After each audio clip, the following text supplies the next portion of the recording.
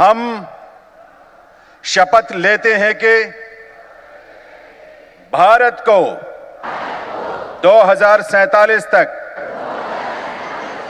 आत्मनिर्भर और विकसित राष्ट्र बनाने के सपने को साकार करेंगे। गुलामी की मानसिकता को जड़ से उखाड़ फेंकेंगे। देश की समृद्ध विरासत पर गर्व करेंगे। भारत की एकता को सुदृढ़ करेंगे और देश की रक्षा करने वालों का सम्मान करेंगे। नागरिक होने का कर्तव्य निभाएंगे। भारत माता की, भारत माता की, भारत माता की। बहुत बहुत आभार माननीय प्रधानमंत्री महोदय का, जिनके सानिध्य में हम सबको यह सौभाग्य मिला, और आप सभी का भी बहुत बहुत आभार और आपसे निवेदन, आप अपना स्थान ग्रहण करें। देवियों सज्जनों, इस देश के आदिवासी जनजातीय समुदायों ने अपने सम्मान, अपने स्वाभिमान और देश की स्वतंत्रता के लिए लंबा संघर्ष किया, बलिदान भी दिया है। माननीय प्रधानमंत्री श्री नरेंद्र मोदी जी ने इस समाज के योगदान को नमन करते हुए इनके गौरव की फिर से स्थापना का हर संभव प्रयास किया है, संकल्प लिया है और हम सबको इसके लिए प्रेरित भी किया है। और इसी का परिणाम है कि सबका साथ सबका विकास के संकल्प के साथ 2014 में जो यात्रा शुरू हुई थी, आज उसमें आपका विश्वास भी जुड़ा है और आपका प्रयास भी जुड़ा है। आज माननीय श्री नरेंद्र मोदी जी के नेतृत्व में धरती आबा के, आपके, हम सबके सपनों का भारत आकार ले रहा है, साकार हो रहा है। आइए आप सबके करतल ध्वनि के साथ माननीय प्रधानमंत्री श्री नरेंद्र मोदी जी से विनम्र आग्रह करें कि आज के इस भव्य दिव्य विशाल आयोजन में अपने संबोधन से हम सबका मार्गदर्शन करें। माननीय प्रधानमंत्री महोदय।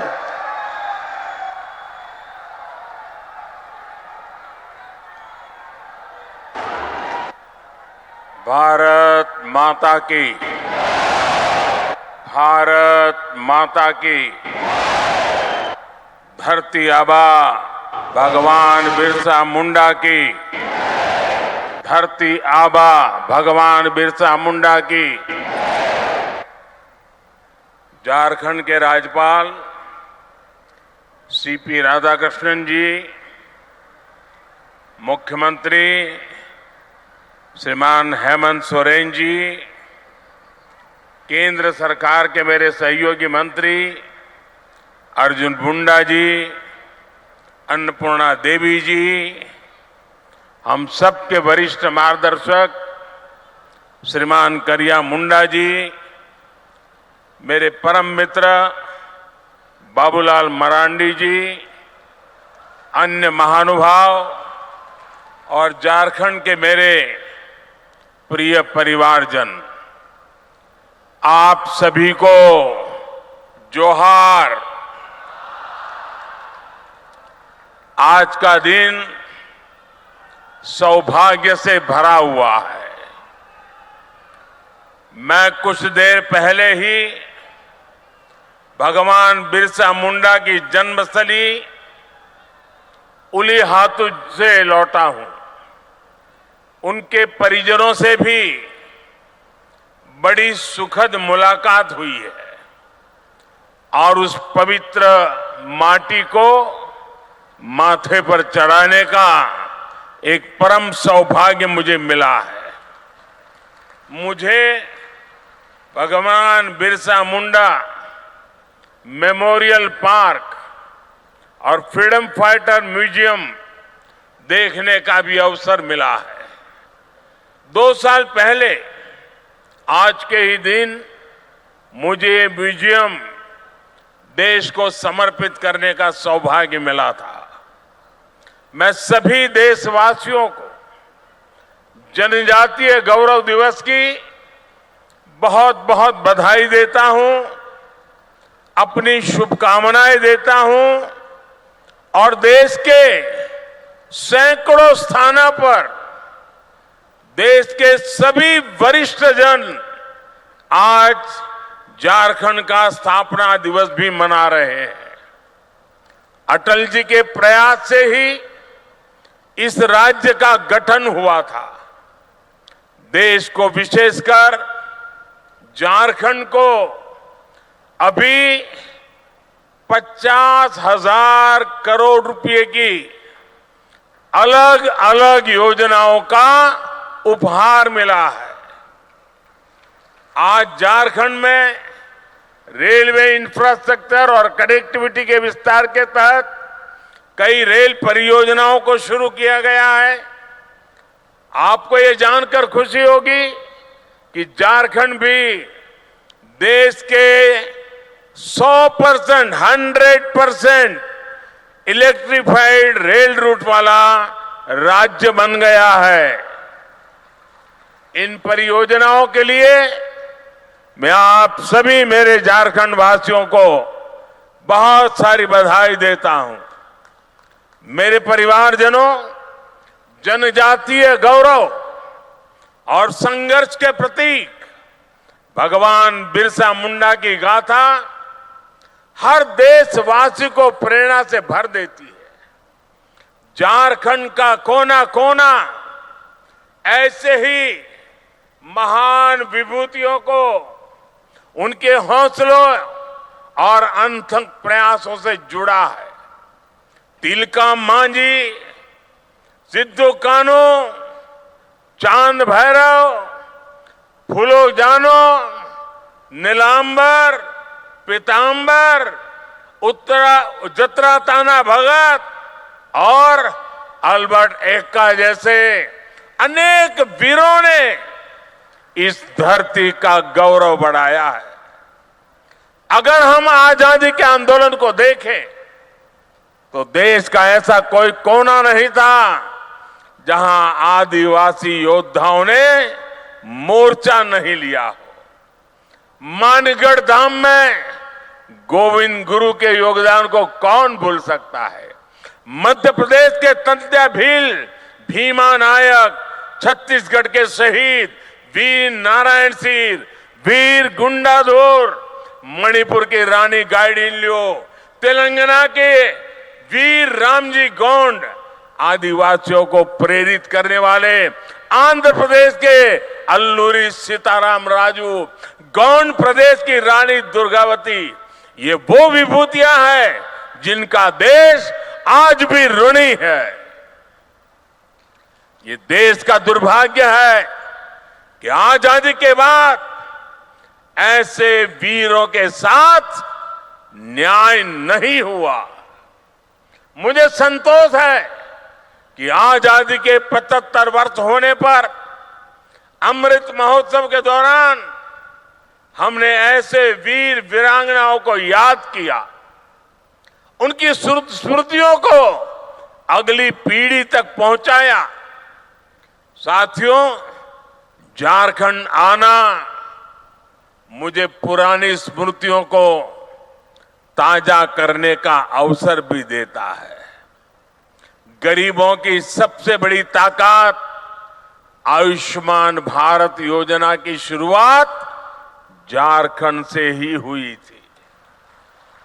कुछ ही साल पहले खूंटी में मैंने सोलर पावर से चलने वाले जिला न्यायालय का उद्घाटन किया था।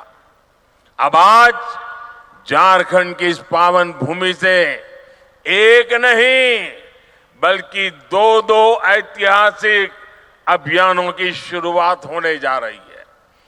विकसित भारत संकल्प यात्रा सैचुरेशन के सरकार के लक्ष्यों को प्राप्त करने का सशक्त माध्यम बनेगी। पीएम जनजाति आदिवासी न्याय महाअभियान विलुप्त होने की कगार पर खड़ी जनजातियां, जिसे हम अब तक प्रिमिटिव ट्राइब की रूप में जानते हैं, उनकी रक्षा करेगा, उन्हें सशक्त करेगा। ये दोनों ही अभियान अमृत काल में भारत की विकास यात्रा को नई ऊर्जा देंगे। मेरे परिवारजनों, मुझे सरकार के मुखिया के तौर पर, हेड ऑफ द गवर्नमेंट के तौर पर अब 2 दशक से भी ज्यादा समय बीत गया है। देशवासियों की आकांक्षाओं को जानने का, समझने का मुझे बहुत करीबी से मौका मिला है। अपने उन अनुभवों के आधार पर मैं आज एक अमृत मंत्र आपके सामने रख रहा हूं और भगवान बिरसा मुंडा की धरती से रख रहा हूं। अगले 25 वर्षों के अमृत काल में अगर हमें विकसित भारत की भव्य और दिव्य इमारत का निर्माण करना है, तो हमें उसके 4 अमृत स्तंभों को और मजबूत करना होगा, निरंतर मजबूत करना होगा। हमारी सरकार ने जितना 10 साल में किया, अब उससे भी ज्यादा ऊर्जा के साथ हमें इन 4 अमृत स्तंभों पर अपनी पूरी ताकत लगानी है। और विकसित भारत के 4 अमृत स्तंभ मैं आपको बताना चाहता हूं। ये 4 अमृत स्तंभ है क्या? पहला अमृत स्तंभ भारत की हमारी महिलाएं, हमारी माताएं बहनें, हमारी नारी शक्ति।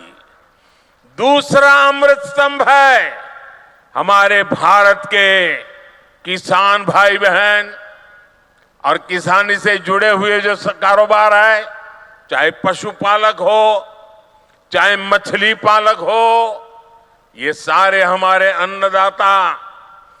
तीसरा अमृत स्तंभ भारत के नौजवान, हमारे देश की युवा शक्ति, जो आने वाले 25 साल में देश को नई ऊंचाई पर पहुंचाने वाली सबसे बड़ी शक्ति है। और चौथा अमृत स्तंभ भारत का मध्यम वर्ग, नियो मिडिल क्लास और भारत के मेरे गरीब भाई बहन। इन 4 स्तंभों को हम जितना मजबूत करेंगे, विकसित भारत की इमारत भी उतनी ही ऊंची उठेगी। मुझे संतोष है कि बीते 10 वर्षों में इन 4 स्तंभों को सशक्त करने के लिए जितना कार्य हुआ है, उतना पहले कभी नहीं हुआ। साथियों, आज तक और आजकल हर तरफ भारत की इस सफलता की चर्चा है कि हमारी सरकार के 5 वर्षों में 13 करोड़ से ज्यादा लोग गरीबी से बाहर निकले हैं। आखिर बीते कुछ वर्षों में ऐसा क्या हुआ जो इतना बड़ा परिवर्तन जमीन पर देखने को मिला है? 2014 में जब हमें आप सबने दिल्ली की गादी पर बिठाया, सरकार चलाने का दायित्व दिया, उस दिन से हमारा सेवा काल शुरू हुआ है। हम सेवा करने के लिए आए हैं। और उस सेवा काल के बात करूं तब, उस समय हमारे आने से पहले भारत की एक बहुत बड़ी आबादी मूलभूत सुविधाओं से वंचित थी। देश के करोड़ों गरीबों ने इस बात की उम्मीद भी छोड़ दी थी कि कभी उनका जीवन बदल पाएगा। और सरकारों का रवैया भी ऐसा था कि वो खुद को जनता का माई बाप समझती थी। हमने माई बाप की भावना से नहीं बल्कि सेवक की भावना से आपके सेवक की तरह काम करना शुरू किया। जो वंचित थे हमने उन्हें वरीयता देना शुरू किया। जिन्हें सबसे दूर समझा जाता था सरकार खुद चलकर उनके पास गई। जो दशकों से उपेक्षित थे हमारी सरकार उनका संबल बनी, उनकी साथी बनी। ब्यूरोक्रेसी वही थी, लोग वही थे, फाइलें भी वही थे, कानून नियम भी वही थे, लेकिन सोच बदली। और सोच बदली ज्ञान परंपरा तो को परिणाम भी बदल गए। 2014 से पहले देश के गांवों में स्वच्छता का दायरा 40% से भी कम था। आज हम 100% के लक्ष्य पर पहुंच रहे हैं। हमारी सरकार से पहले एलपीजी कनेक्शन सिर्फ 50-55% घरों में था। आज करीब करीब 100% घरों में महिलाओं को धुएं से मुक्ति मिल चुकी है। पहले देश के सिर्फ 55% बच्चों को ही जीवन रक्षक टीके लग पाते थे, आधे बच्चे रह जाते थे। आज लगभग 100% बच्चों का टीकाकरण हो पा रहा है। आजादी के बाद 7 दशकों में देश के सिर्फ 17%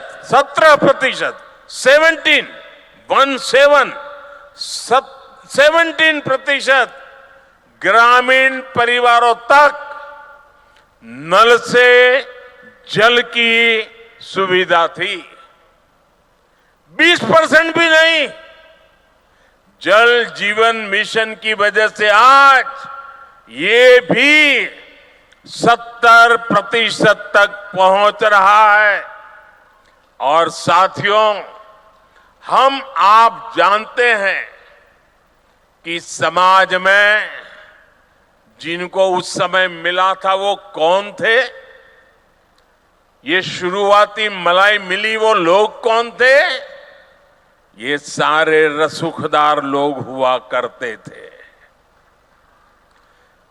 जो संपन्न लोग होते थे, जिनकी सरकार में पहुंच होती थी, पहचान होती थी, वो सुविधाएं और व्यवस्थाएं आसानी से जुटाते थे। और सरकार का भी मन दिमाग ऐसा था, उन्हीं को ज्यादा देते थे। लेकिन जो लोग समाज में पीछे रहे थे, जो मूल सुविधाओं से वंचित थे, उन पर ध्यान देने वाला भी कोई नहीं था। वो असुविधाओं के बीच अपना जीवन काट रहे थे। मोदी ने समाज के ऐसे वंचितों को अपनी प्राथमिकता बनाया, क्योंकि वो लोग हैं जिनके बीच में जिया हूं। मैंने कभी ऐसे परिवारों की रोटी खाई है। मैंने कभी समाज के आखिरी व्यक्ति का नमक खाया है। मैं आज भगवान बिरसा मुंडा की इस धरती पर वो कर्ज चुकाने आया हूं।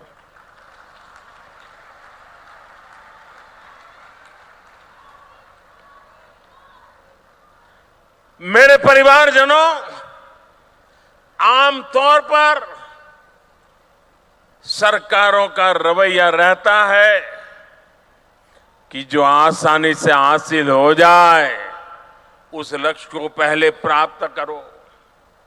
लेकिन हमने दूसरी रणनीति पर काम किया। मैं तो ज्ञानियों को कहूंगा इसका अध्ययन करें। आपको याद होगा, आजादी के इतने दशकों के बाद भी 18,000 गांव ऐसे रह गए थे जहां बिजली नहीं पहुंची थी।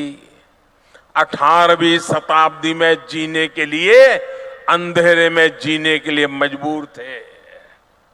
उन्हें अंधेरे में जीने के लिए छोड़ दिया गया था, क्योंकि वहां बिजली पहुंचाने के लिए कई तरह की मुश्किलों का सामना कठिन था, मैं मानता हूं। लेकिन कठिन था तभी तो करना होता है। मक्खन पे लकीर तो हर कोई करता है, अरे पत्थर पर भी तो लकीर करनी चाहिए। और मैंने लाल किले से वादा किया था देश को कि मैं 1000 दिन में 18,000 गांवों तक बिजली पहुंचाने का कठिन संकल्प मैंने सार्वजनिक रूप से लिया था। और आज मुझे सर झुका करके कहना है कि ये आपके सेवक ने उस काम को समय पर पूरा कर दिया था।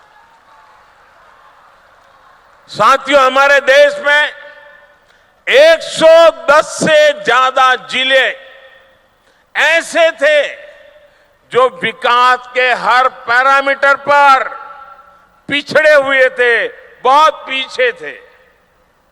इन जिलों पर पुरानी सरकारों ने थप्पा लगा दिया, ये तो पिछड़े हैं। और पहले की सरकारें बस उसकी पहचान कर ली, ये बेकार है, पिछड़े हैं, आगे कुछ नहीं हो सकता है, और सरकार सोती रही। इन जिलों में शिक्षा, स्वास्थ्य सुविधाएं दशकों से दयनीय स्थिति में थी।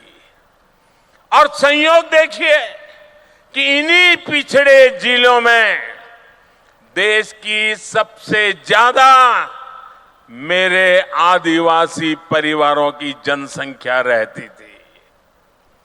जब अफसरों को पनिशमेंट पोस्टिंग करनी होती थी तो इन्हीं जिलों में भेज दिया जाता था। थका हुआ, हारा हुआ, नाकाम जो व्यक्ति है उसी को कहते जाओ यार तुम उधर रहो, तुम्हारा इधर काम नहीं है। अब वो जाके क्या करेगा? इन 110 से ज्यादा जिलों को अपने हाल पर छोड़कर भारत कभी विकसित नहीं हो सकता था। इसलिए वंचितों को वरीयता के सिद्धांत पर चलते हुए हमारी सरकार ने इन जिलों को एस्पिरेशनल डिस्ट्रिक्ट, आकांक्षी जिलों के रूप में घोषित किया। हमने इन जिलों में सरकारों को विश्वास में लेकर के सबसे होनहार अफसरों को नियुक्त करने पर जोर दिया। जिन जिलों में हम शिक्षा, स्वास्थ्य, सड़क, ऐसे अनेक विषयों पर शून्य से काम शुरू करके सफलता के नए शिखर पर पहुंच रहे हैं। यहां झारखंड में भी ये अपना खूंटी समेत ऐसे कई जिले उस सूची में है। अब आकांक्षी जिला अभियान की सफलता को आकांक्षी ब्लॉक कार्यक्रम के जरिए इसका विस्तार किया जा रहा है। मेरे परिवारजनों, दशकों तक हमारे देश में सोशल जस्टिस, सामाजिक न्याय और सेक्युलरिज्म न जाने रोज सुबह शाम इसके गीत तो बहुत गाए, बयानबाजी बहुत होती रही। सच्चा सेक्युलरिज्म तभी आता है जब देश के किसी भी नागरिक के साथ भेदभाव की सारी संभावनाएं खत्म हो जाए। सामाजिक न्याय का भरोसा तभी मिलता है जब सबको बराबरी से, समान भावना से सरकारी योजनाओं का लाभ मिले। दुर्भाग्य से आज भी बहुत से राज्यों में कई गरीब हैं जिनके पास योजनाओं की पर्याप्त जानकारी नहीं है। कई ऐसे भी गरीब हैं जो योजनाओं का लाभ लेने के लिए भाग दौड़ करने में सक्षम नहीं है। आखिर कब तक हम उन्हें उनके हाल पर छोड़े रहेंगे? इसी दर्द में से, इसी पीड़ा में से, इसी संवेदना में से ये एक सोच निर्माण हुई है और इसी सोच के साथ अब आज से विकसित भारत संकल्प यात्रा शुरू हो रही है। ये यात्रा आज 15 नवंबर भगवान बिरसा मुंडा की जन्म जयंती 15 नवंबर से शुरू करके अगले साल 26 जनवरी को तक उसको चलाया जाएगा। इस यात्रा में सरकार मिशन मोड में देश के गांव-गांव जाएगी। हर गरीब, हर वंचित को सरकारी योजनाओं का जो हकदार है उसके हक के लिए उसको लाभार्थी बनाया जाएगा। उसको इस योजना पहुंचे उसकी व्यवस्था की जाएगी। और आपको याद होगा, मेरे मीडिया के कुछ मित्रों को मालूम नहीं रहता है, 2018 में भी मैंने एक प्रयोग किया था। केंद्र सरकार ने ऐसे ही एक ग्राम स्वराज अभियान चलाया था और मैंने भारत सरकार के 1000 अफसरों को गांवों में भेजा था। एयर कंडीशन कमरों से निकाल करके 1000 अफसर गांवों में जाकर के बैठे थे। इस अभियान में भी हम 7 प्रमुख योजनाओं को लेकर हर गांव तक गए थे।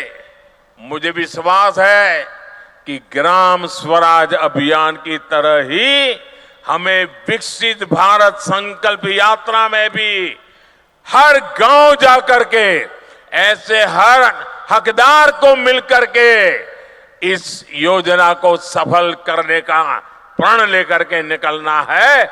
और जब भगवान बिरसा की धरती से निकलते हैं तो सफलता अवश्य मिलती है। मैं वो दिन देख रहा हूं जब हर गरीब के पास मुफ्त राशन देने वाला राशन कार्ड होगा, जब हर गरीब के पास उज्ज्वला का गैस कनेक्शन होगा, सौभाग्य का बिजली कनेक्शन होगा और नल से जल होगा। मैं वो दिन देख रहा हूं जब हर गरीब के पास 5 लाख रुपए तक का मुफ्त इलाज देने वाला आयुष्मान कार्ड होगा, जब हर गरीब के पास उसका अपना पक्का घर होगा।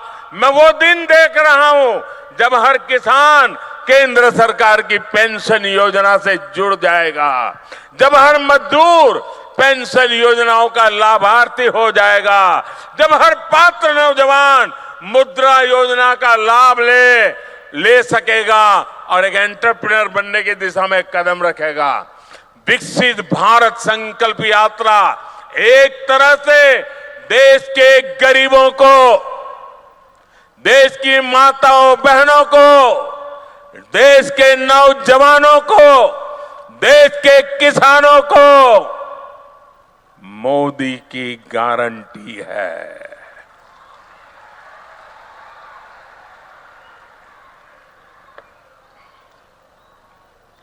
और जब मोदी की गारंटी होती है ना, तो आप जानते हैं वो गारंटी क्या होती है? मोदी की गारंटी यानी गारंटी पूरा होने की भी गारंटी।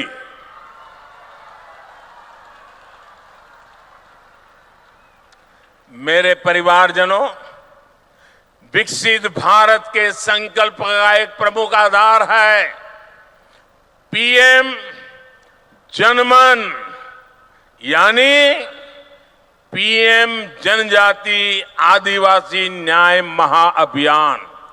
सामाजिक न्याय जनरल बातें हुई, मोदी हिम्मत करके निकला है आदिवासी न्याय अभियान को लेकर के। आजादी के बाद कई दशकों तक आदिवासी समाज को लगातार नजरअंदाज किया गया। मैं अटल जी की सरकार थी जिसने आदिवासी समाज के लिए अलग मंत्रालय बनाया, अलग से बजट बनाया। हमारी सरकार के दौरान अब आदिवासी कल्याण का बजट पहले के मुकाबले 6 गुना तक बढ़ चुका है। पीएम जनमन योजना का नाम रखा है पीएम जनमन। पीएम जनमन यानी पीएम जनजाति आदिवासी न्याय महाअभियान। इसके तहत अब हमारी सरकार उन आदिवासी भाई बहनों तक पहुंचेगी जिन तक अभी नहीं पहुंचा गया। ये वो जनजातीय समूह है, हमने कह तो दिया वो प्रिमिटिव ट्राइब्स है, जिनमें से ज्यादातर अब भी जंगलों में रहने के लिए मजबूर है। उन्होंने रेल की देखने की बात छोड़ो, आवाज भी नहीं सुनी है। देश के 22,000 से ज्यादा गांवों में रह रहे ऐसे 75 जनजातियां, वो 75 जनजातीय समुदाय की प्रिमिटिव ट्राइब्स की पहचान हमारी सरकार ने की है। जैसे पिछड़ों में भी अति पिछड़े होते हैं, वैसे ही ये आदिवासियों में भी सबसे पीछे रह गए आदिवासी है। देश में इनकी संख्या लाखों में है। इन सबसे पिछड़े आदिवासियों को मूल सुविधाएं भी नहीं मिली हैं, आजादी के 75 साल के बाद भी नहीं मिली है। इस आदिवासी समाज के लोगों को कभी पक्का मकान नहीं मिला। इनकी कई पीढ़ियां में बच्चों ने स्कूल तक देखा नहीं है। इस समाज के लोगों के कौशल विकास पर ध्यान नहीं दिया गया। इसलिए अब इन जनजातियों तक भारत सरकार विशेष अभियान चलाकर पहुंचने वाली है। पहले की सरकारों ने आंकड़ों को जोड़ने का काम कर लिया। जो नजदीक हैं, जो ऊपर पहुंच चुके हैं, उन्हीं से काम करवा लेना। लेकिन मुझे सिर्फ आंकड़ों को जोड़ करके नहीं बैठना है, मुझे तो जीवन को जोड़ना है, जिंदगियों को जोड़ना है। हर जिंदगी में जान भरनी है, हर जिंदगी में नया जज्बा भरना है। इसी लक्ष्य के साथ आज पीएम जनजाति आदिवासी न्याय महाअभियान यानी पीएम जनमन, हम जनगण मन तो गाते हैं, आज मैं पीएम जनमन के साथ इस महाअभियान की शुरुआत हो रही है। इस महाअभियान पर भारत सरकार 24,000 करोड़ रुपए खर्च करने जा रही है। साथियों, इस महाअभियान के लिए मैं विशेष तौर पर आदरणीय राष्ट्रपति द्रौपदी मुर्मू जी का आभार व्यक्त करना चाहता हूं। हमने अभी उनका वीडियो संदेश भी सुना है।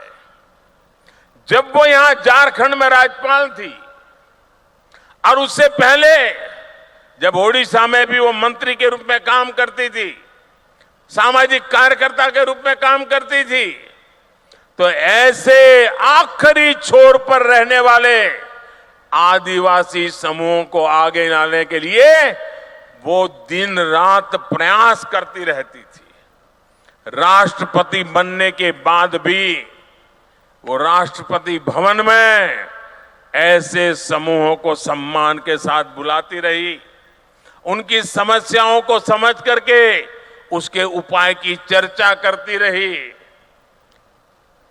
मुझे विश्वास है कि उन्होंने हमें जो मार्गदर्शन दिया है, उन्होंने हमें जो प्रेरणा दी है, उनकी इस प्रेरणा से हम ये पीएम जनमन, पीएम जनजाति आदिवासी न्याय, आदिवासी न्याय, आदिवासी न्याय महाअभियान में जरूर सफल होंगे।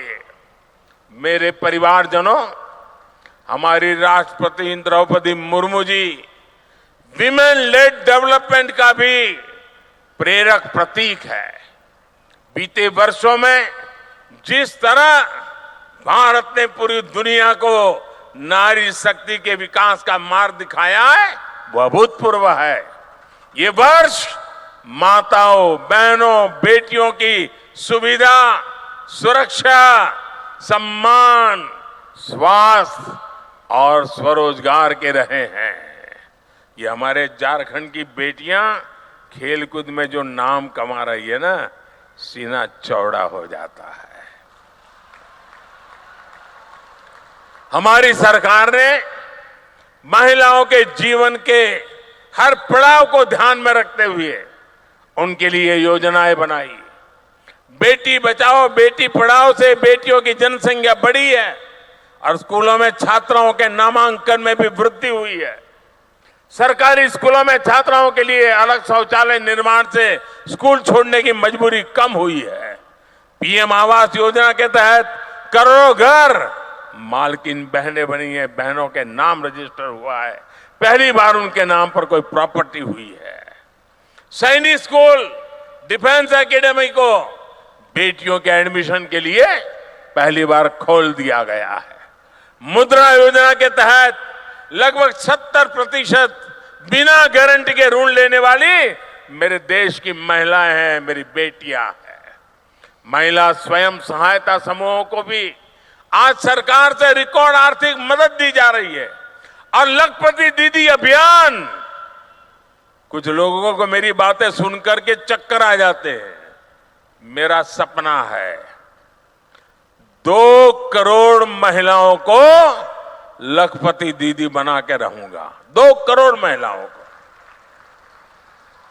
स्वयं समाज सहायता समूह चलाने वाली 2 करोड़ महिलाएं लखपति बन के रहने वाली है। देख लेना आप, कुछ महीने पहले ही हमारी सरकार ने विधानसभा और लोकसभा में महिलाओं को आरक्षण देने वाला नारी शक्ति बंधन अधिनियम भी अपनाया है। आज भाई दूज का पवित्र पर्व है। देश की सभी बहनों को उनका ये भाई गारंटी देता है कि बहनों के विकास में आने वाली हर रुकावट को ये आपका भाई ऐसे ही दूर करता रहेगा।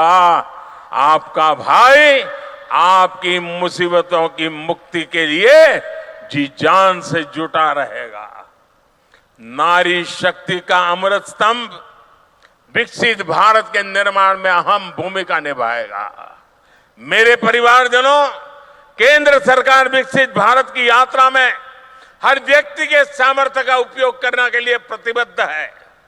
2 महीने पहले ही हमने पीएम विश्वकर्मा योजना भी शुरू की है। सरकार ने उन लोगों को आगे लाने का प्रयास किया है जो अपने पारंपरिक कौशल के लिए जाने जाते हैं।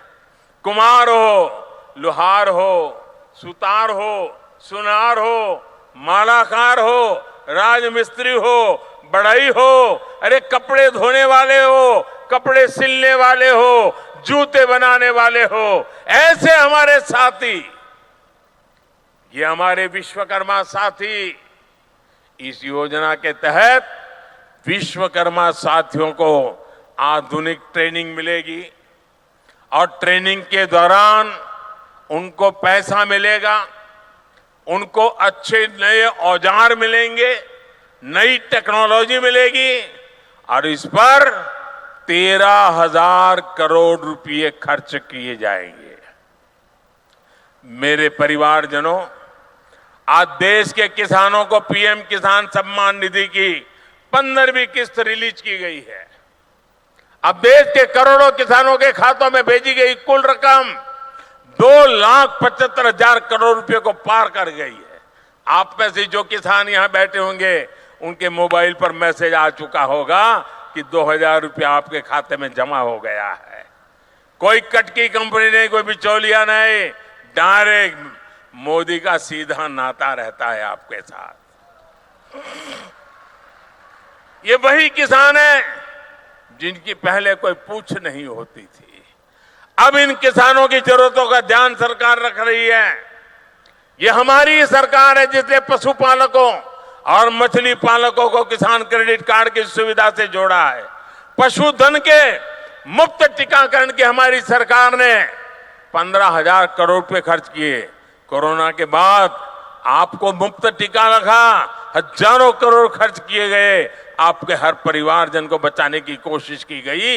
इतना ही नहीं, अब 15,000 करोड़ रुपया खर्च करके मुफ्त में पशु का टीकाकरण भी हो रहा है। आप भी इसका फायदा उठाइए। मछली पालन को बढ़ावा देने के लिए अभी मैं यहाँ एक प्रदर्शनी लगी है। 1-1, 1.5 लाख रुपए वो मछली और उसमें से मोती बनाने का काम कर रहे हैं। मत्स्य संपदा योजना के तहत आर्थिक मदद दी जा रही है। आज देश में 10,000 नए किसान उत्पाद संघ एफपीओ बन रहे हैं। इससे किसानों की लागत कम हुई है और बाजार तक पहुंच आसान हुई है। हमारी सरकार के प्रयासों से इस वर्ष इंटरनेशनल मिलेट ईयर मनाया जा रहा है। मोटे अनाज को श्री अन्न की पहचान देकर विदेश के बाजारों तक पहुंचाने के लिए पूरी तैयारी हो रही है। इसका भी लाभ हमारे आदिवासी भाई बहनों को होगा। साथियों, सरकार के इन चौतरफा प्रयासों से झारखंड जैसे राज्यों में नक्सली हिंसा में भी कमी आई है। 1-2 साल में झारखंड की स्थापना के 25 साल पूरे होने जा रहे हैं। ये झारखंड के लिए बहुत ही प्रेरणादायी समय है। इस माइलस्टोन पर झारखंड में 25 योजनाओं के सैचुरेशन का लक्ष्य लेकर काम शुरू किया जा सकता है। मैं झारखंड सरकार से भी आग्रह करूंगा, मैं झारखंड के सभी नेताओं से आग्रह करूंगा कि 25 साल का लक्ष्य तय करके एक बहुत बड़ा अभियान चलाया जाए। इससे राज्य के विकास को नई गति मिलेगी और यहाँ के लोगों का जीवन भी और आसान बनेगा। हमारी सरकार शिक्षा के विस्तार और युवाओं के अवसर देने के लिए प्रतिबद्ध है। देश में आज आधुनिक राष्ट्रीय शिक्षा नीति बनी है।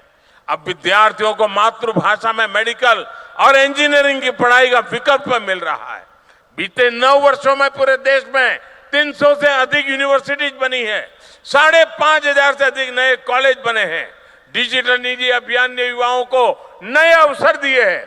गांव-गांव कॉमन सर्विस सेंटर्स में हजारों युवाओं को रोजगार मिला है। 1 लाख से अधिक स्टार्टअप के साथ दुनिया का तीसरा बड़ा इकोसिस्टम भारत में बना है।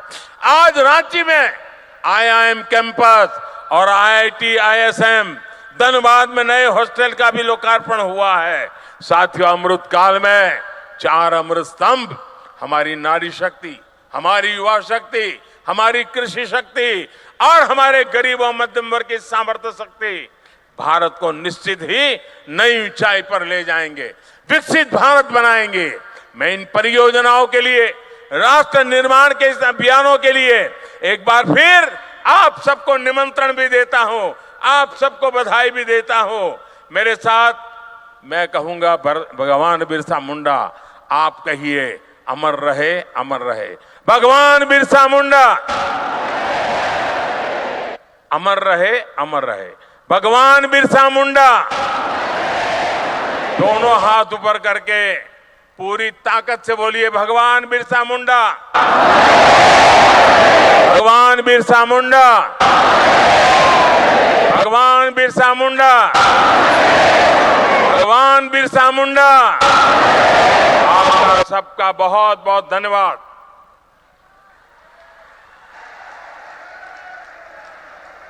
बहुत बहुत आभार माननीय प्रधानमंत्री श्री नरेंद्र मोदी जी का।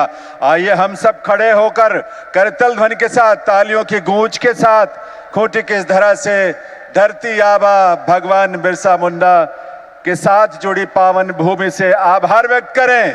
तालियों की गूंज आपकी आनी चाहिए मंच तक भी और देश के उन तमाम हिस्सों तक जहां आज इस तरह के कार्यक्रम आयोजित हो रहे हैं। माननीय प्रधानमंत्री श्री नरेंद्र मोदी जी का हृदय से आभार, उनके संबोधन के लिए, उनसे मिलने वाली प्रेरणा के लिए, उनसे मिलने वाले स्नेह के लिए और उनके उस नेतृत्व के लिए भी देवियों सज्जनों, जिसमें आज भारत एक विकसित राष्ट्र के सपने को साकार होते न सिर्फ देख रहा है बल्कि उसका भागीदार भी बन रहा है। धरती आबा भगवान बिरसा मुंडा की जयंती जनजातीय गौरव दिवस के अवसर पर यहां पधार कर आपने हम सबका गौरव। तो झारखंड के खूंटी से प्रधानमंत्री नरेंद्र मोदी को आप सुन रहे थे। तीसरा जनजातीय गौरव दिवस के उपलक्ष्य में आज पूरे कार्यक्रम का आयोजन किया गया, जहां पर काफी संख्या में लोग